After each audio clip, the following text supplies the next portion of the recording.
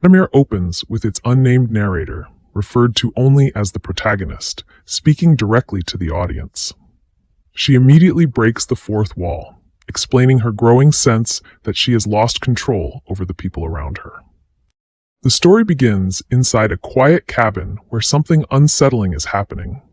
A man, later revealed to be Vladimir, is tied to a chair wearing only a cardigan and his underwear. He appears to have been drugged. The protagonist steps outside for a cigarette while he slowly wakes up in confusion and panic. Before the situation can be explained, her narration pulls the story backwards 6 weeks, suggesting that the strange scene is the result of events still to come. The protagonist is preparing for her 30th faculty retreat at the university where she teaches.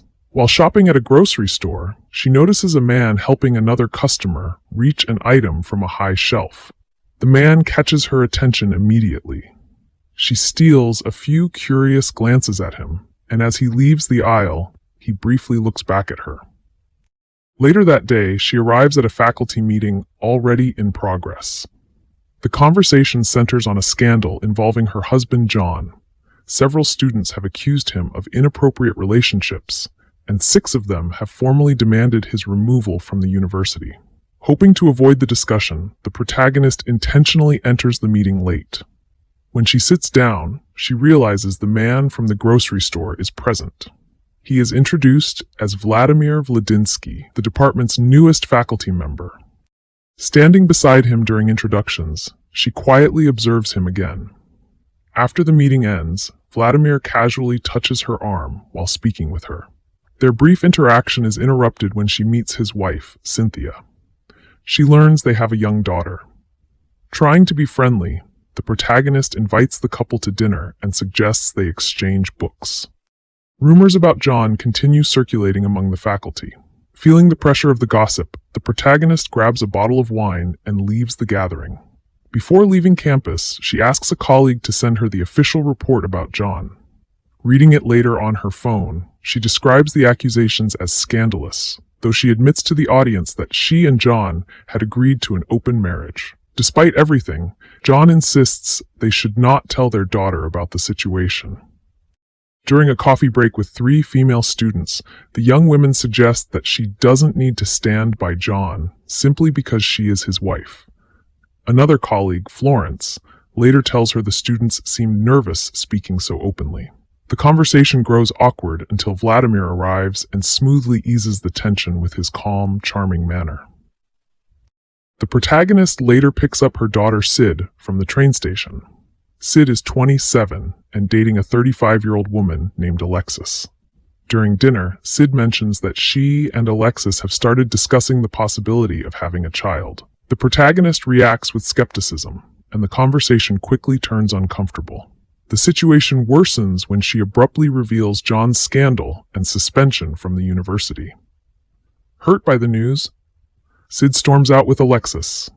That night, she falls asleep while listening to an interview with Vladimir. When she wakes the next morning, her phone is filled with messages related to the ongoing chaos surrounding John. However, the mood of the day changes when the doorbell rings. Vladimir has arrived for the dinner she invited him to earlier. The two sit together in her home, sharing martinis as they attempt to get to know each other better. Vladimir gives her a copy of his book, and the protagonist explains to the audience that this is usually the moment when writers exchange their work. She expects him to ask for her book in return, but he never does, leaving her slightly disappointed. Trying to move the conversation forward, she asks him about his first day of classes the next morning and offers to show him around campus. During the conversation, Vladimir accidentally spills his martini on his lap. As he spreads his legs to brush the liquid off his pants, the protagonist becomes distracted and briefly fixates on the moment before catching herself. Their dinner is cut short when John unexpectedly arrives home.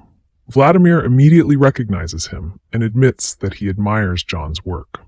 Not wanting to interrupt their evening further, Vladimir decides to leave so he can return home and help Cynthia put their 3-year-old daughter Fee to bed.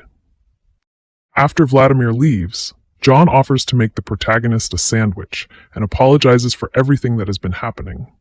He explains that he wants to delay the upcoming hearing about the accusations against him. He also reveals that another former student, Lila, the woman the protagonist saw at the bakery earlier, has now joined the list of people filing complaints against him.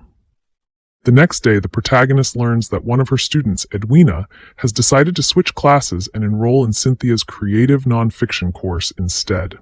Although she pretends the decision does not bother her, the fact that her own class still has empty spots clearly affects her. Later, she meets Vladimir for the campus tour she promised. During their walk, he finally asks if he can read her book, and she quickly hands him a copy she had already brought with her. As they talk about her writer's block, the protagonist occasionally drifts into brief fantasies before returning to the conversation. Afterward, she meets David at the gym and pressures him to help delay John's hearing so that John could quietly retire instead. David refuses at first, but the protagonist reminds him about their past affair and threatens to expose it. Faced with this possibility, David reluctantly agrees to see what he can do. That night, the protagonist lies awake in bed while John snores beside her. Her thoughts again drift toward Vladimir. Unable to sleep, she gets up and begins reading his book on the couch, eventually falling asleep there. The next day, she visits Lynn, hoping to convince her that John's hearing should be postponed. The conversation seems productive, and the protagonist believes she may have made some progress. Afterward, she goes to the bakery planning to speak with Lila.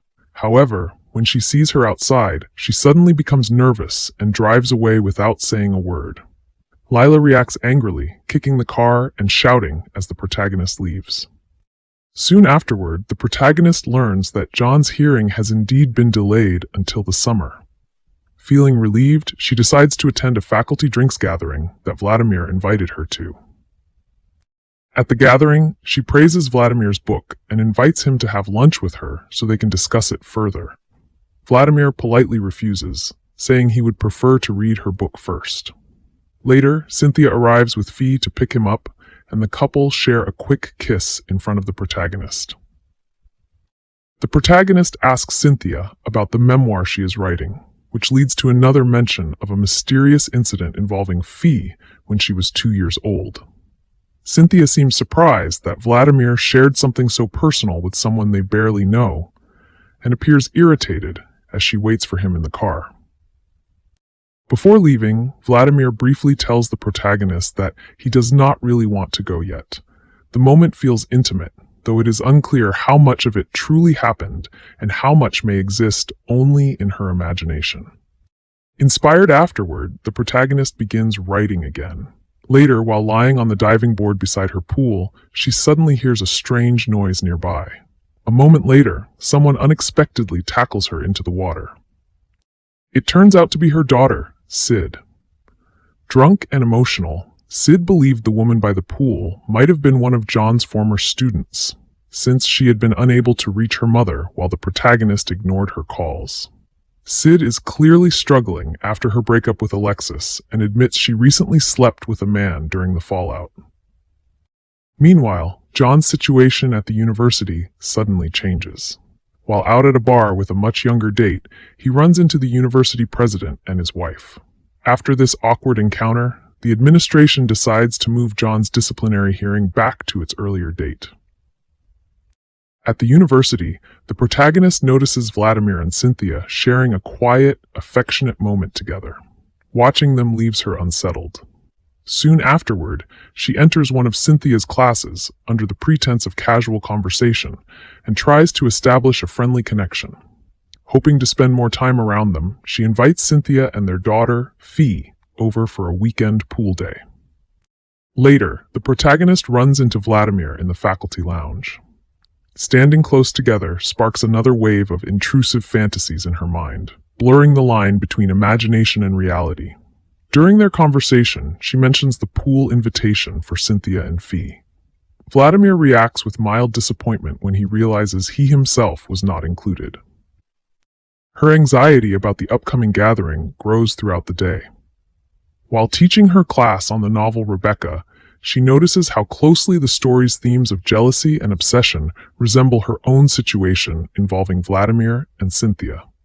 After class, she secretly searches the faculty mail cubbies. When she finds an envelope addressed to Cynthia, she initially takes a photo of the address, but then impulsively takes the entire envelope, nearly getting caught in the process. During lunch with Sid, the conversation turns personal. Sid admits that after cheating on Alexis, she quit her job as a lawyer. When Sid asks about John's scandal, the protagonist claims she never knew any of the students involved. In reality, she knew one of them quite well. Later, she visits Leela at the bakery to apologize for their earlier confrontation and try to smooth things over. Leela also apologizes for what happened with John, but the protagonist's response, suggesting Leela is simply taking responsibility for her actions, comes across as insensitive and leaves Leela visibly hurt. After a waxing appointment, the protagonist stops by Cynthia's house with a small gift basket containing towels and honey, hoping to strengthen the friendly connection she is trying to build. However, the visit once again turns slightly awkward. The following day, the protagonist nervously prepares food for the planned pool gathering. When the guests finally arrive, she is surprised to see that Vladimir has brought Fee instead of Cynthia. He explains that Cynthia is suffering from a migraine and decided not to come. This complicates the protagonist's attempt to distance herself from Vladimir. As they spend the afternoon together, Vladimir swims shirtless while Fee plays in the pool, making it even harder for the protagonist to ignore her growing fascination with him. Later in the evening, after Fee has settled down, the protagonist and Vladimir sit together with drinks and talk more openly. Vladimir shares that Cynthia once attempted suicide, and during the time she was hospitalized, he had to raise Fee with the help of a nanny. He also quietly admits that Cynthia's absence that day was not really due to a migraine. They had argued earlier, though he does not reveal what the argument was about. When he eventually leaves with Fee, the moment between them ends with the protagonist lightly brushing his arm in a suggestive gesture. After closing the door behind them, she returns inside, where John jokingly asks whether she might be falling in love. Afterward, the protagonist notices that Vladimir left his swimming trunks behind during the pool visit. She picks them up, briefly smelling them before promising to return them later. That evening, she notices Lila outside the house attempting to leave a letter. John tries to read the note, but struggles to make sense of it. The next morning, the protagonist goes through the letter with Sid. In it, Lila accuses the protagonist of retaliating against her by interfering with a scholarship opportunity. The protagonist insists she can prove that she did nothing wrong, though her confidence doesn't entirely remove the doubt surrounding the situation. Later, while having lunch with a colleague, she asks about whether there are any records documenting how the scholarship decision was made. She then searches through storage boxes in a campus closet, hoping to find the relevant files. During this search, she briefly runs into Vladimir. Despite her efforts, she cannot locate the records she needs. Returning home, the protagonist realizes that the situation with Lila may be the one unresolved issue that could complicate John's case. The tension continues to build, even as she criticizes Sid for drinking a beer before evening. The following day, she secretly enters John's former office, now occupied by David, to search for Lila's scholarship file. She eventually finds what she believes is the document she was looking for. Afterward, she stops by Vladimir's office without any real reason beyond wanting to see him. During their conversation, Vladimir mentions that he is not eager to rush toward tenure if it means being permanently tied to the university. His comment seems to subtly offend the protagonist, who takes it as criticism of the place where she has spent much of her career. Later, Sid reviews the scholarship file and discovers that the protagonist had cast the deciding vote against Lila. While that does not necessarily prove retaliation, Sid points out that the situation could easily appear that way. She advises her mother to apologize to Lila and return the file immediately. Early the next morning, the protagonist quietly sneaks into David's office to put the file back. Cynthia unexpectedly catches her there, creating an awkward encounter between them. While apologizing for missing the earlier pool gathering, Cynthia explains that she and Vladimir had argued because he revealed her past suicide attempt to the hiring committee. The protagonist already knew about it, which worries Cynthia even more. Later, during a faculty meeting, the protagonist feels relieved when Vladimir publicly thanks her for encouraging him to make the most of his opportunity at the university. He also compliments her novel. Throughout the meeting, she struggles to focus, repeatedly watching him while drifting into private daydreams. When Vladimir volunteers to lead a new subcommittee and asks for others to join, the protagonist quickly offers to participate. Another colleague, Flo, volunteers as well. That evening, as the protagonist prepares to attend the subcommittee meeting, Vladimir sends a message canceling because he has to stay home with Fee. Meanwhile, Cynthia and John unexpectedly meet at a bar. Later, Vladimir sends the protagonist a selfie of himself wearing a tank top while reading her novel. When she asks how he likes to read, he replies that he prefers doing it slowly and closely, with great attention to detail, followed by a smiling emoji with open hands. Next, the protagonist asks Sid for clarity on what the emoji means. She gets no closer to understanding what Vlad meant, leaving her hopefully spiraling. But her confusion and daydreaming is interrupted by David letting her know that he's aware she snooped in his office. David tells the protagonist that she needs to return the file. She denies taking it, and her problems continue when she runs into Edwina. She lies and says she sent her recommendation letter, but she missed the deadline and can't manage to persuade the admissions office to make an exception. The protagonist pops her head into Vlad's office to set up a meeting for their subcommittee with Florence. They set a date, leading to another flirty text exchange about how she likes her coffee. Heart reactions and the mere mention of the word hot inspires more writing in the protagonist's legal pad.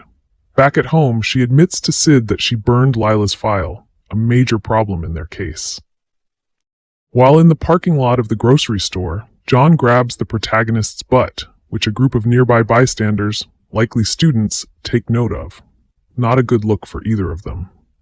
The protagonist brings David a plant and uses their past affair, which also involved them being in love, as a guilt trip cover-up for burning the file. She asks if he can cover for her, but he won't help her out on this one. The protagonist and Sid sit down to talk with Leela, but the protagonist's form of an apology isn't accepted and turns the conversation into a tense territory. Sid pulls up Leela's blog posts, which feature sexually explicit fictional storytelling that could be used against her in the hearing. The meeting with the subcommittee doesn't end much better when the protagonist and Florence clash. Vlad disagrees with both of them and calls them inappropriate when they tangle over John's allegations. As usual, her day gets worse during a conversation with Edwina and Cynthia about the forgotten recommendation letter, which Cynthia ended up writing. Realizing that she's been distracted by her obsession with Vlad, the protagonist deletes their text messages. While teaching a passage on the House of Mirth, she's surprised when Vlad pops up in the back of the class to answer her questions about the subtly steamy scene. She breaks into a daydream of Vladimir masturbating in the bathroom after his erotic answers. However, one of her students rejects her sexual reading of the scene, and she tells him that they all have a body. He's confused. After class, Vlad and the protagonist walk together on campus, and he asks to plan a lunch to discuss her book since he's almost finished. He proposes their lunch for the same day as John's hearing, but rather than cancel on him, she agrees. When Vlad walks away, she tells us that if he looks back at her, he loves her. Wouldn't you know, he looks back and waves. Unfortunately, complaints about the protagonist roll in, and David and Florence inform her that she's been suspended from teaching. David and Florence tell her that being associated with John and her erratic behavior have rubbed students the wrong way. She refuses to voluntarily step down, and if she doesn't, she will ultimately be put on administrative leave until the end of the year. She balks when she learns Cynthia would take over her class. She's also offended when David says he would never sleep with him again. She smokes a cigarette while ranting to us about not speaking out against her husband. Campus security forces her to put it out. After getting a summons from campus security, she shreds it up and throws it away in her office. Vlad hasn't heard about what's happening, and he's a bright spot for the protagonist to sneak into. They talk about literature, but he notices that something's bothering her. He puts his arm around her to comfort her, and another daydream appears. Fired up about the case, the protagonist drops by a party at the university's president's house to once again bend his wife's ear and plead her case. She doesn't get the support she's looking for and decides to head upstairs to steal fancy skincare and one undisclosed pill. Back at home, she imagines Vlad touching her and writes more of her in-progress novel, eventually falling asleep.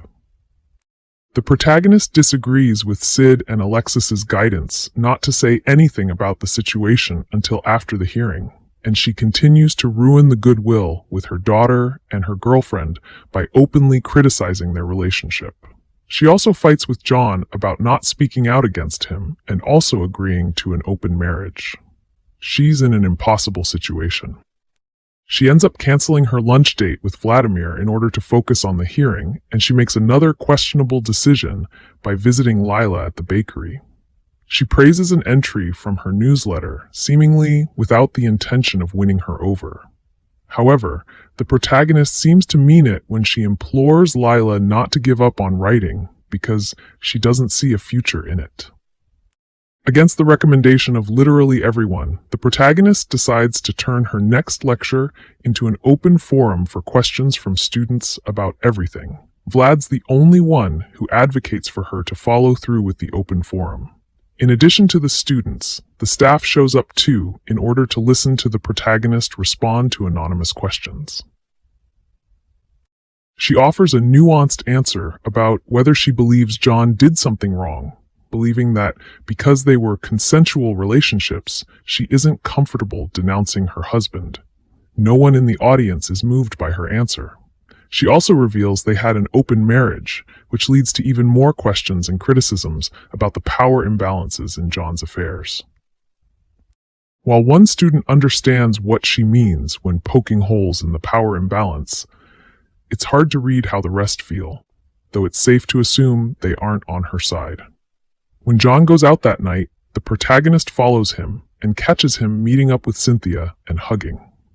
The next morning, she learns that she isn't being suspended, but she will have to be supervised in her classes by a monitor and have bi-weekly reviews. It's a compromise for the students who wanted her removed. Next, we see John and Sid waiting for the protagonist to arrive, but she's out in the car with her head in Vladimir's lap, adjusting his seat.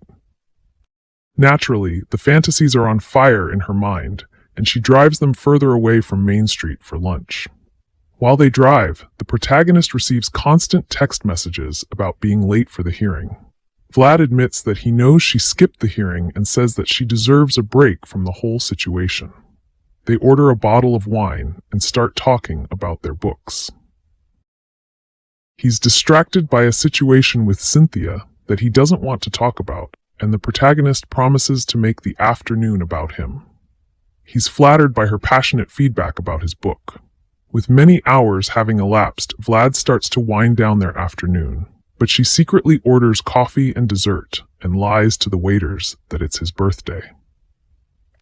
The hearing begins, and the accusers are painting a much different picture than the one Sid has been building for John. When the protagonist checks her phone, she finds that most of the messages are expressing anger that she skipped the hearing. Hoping to extend their afternoon, she offers to take Vladimir to her cabin, but he's worried about making Cynthia mad. When the protagonist pushes, he calls Cynthia, who agrees that he can go to the cabin. She pours him a drink and offers him time to privately write, but he would rather talk instead. Meanwhile, at the hearing, the testimonies aren't going in John's favor. Everyone's reaching out to her, and she briefly plugs the router back in to respond to John, telling him that she needs space. She and Vlad sit on the couch with fresh drinks and talk books. He hands her a heavily annotated copy of her book. She's flustered with the possibility of making a move, but Vladimir puts on a record and they dance. They knock over her purse, sending his swimming trunks onto the ground. He asks if he should put them on, but he's not weirded out by her having them in her bag. He changes into his trunks and goes for a swim in the lake. The protagonist comes to a decision that she will put her crush to rest and move on once they leave the cabin.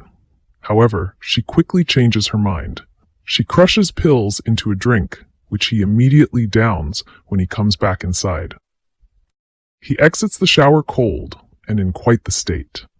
The protagonist puts him in one of John's sweaters and tries to help make him feel better.